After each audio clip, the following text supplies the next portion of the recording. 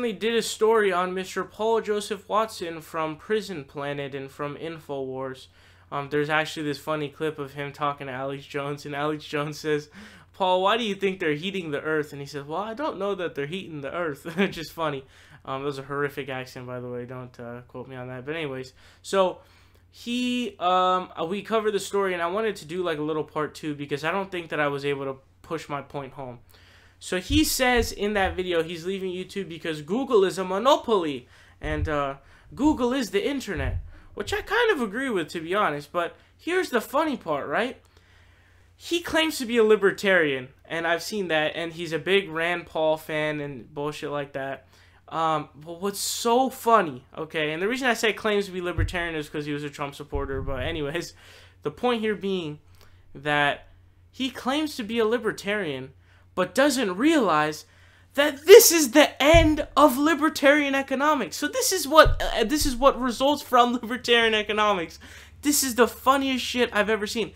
This is what the first classical liberals wanted, believe it or not. It was I think his name was Herbert Spencer. The dude thought that he basically wanted a genocide of poor people, and he wanted the government to stay out. And this was the result of people like Rockefeller. And I forgot the other guy's name. And Carnegie, where you have the monopolies. This is the unfettered capitalism. This is the libertarianism. This is the classical liberalism in effect. And he doesn't even realize that his own ideology, he's bashing his own fucking ideology.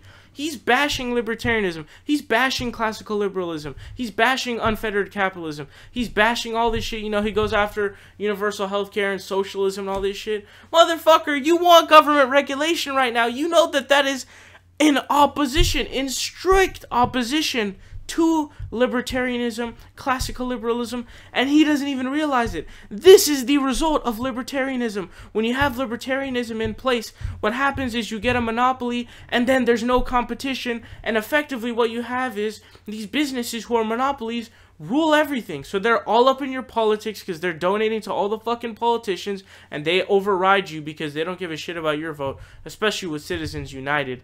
And then you have, like, there were stories of small business owners who would give accounts that they couldn't run their business. They couldn't function as a business because the monopolies could sell for way lower than they could.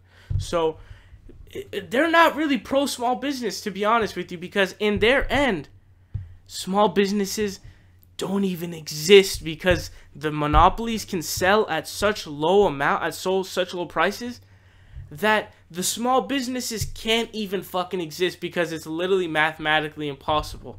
What's up, guys? It's Sawhill here. You guys are watching The Progressive Voice. Make sure you guys click subscribe down below. We're fighting Donald Trump tooth and nail, and we need your help.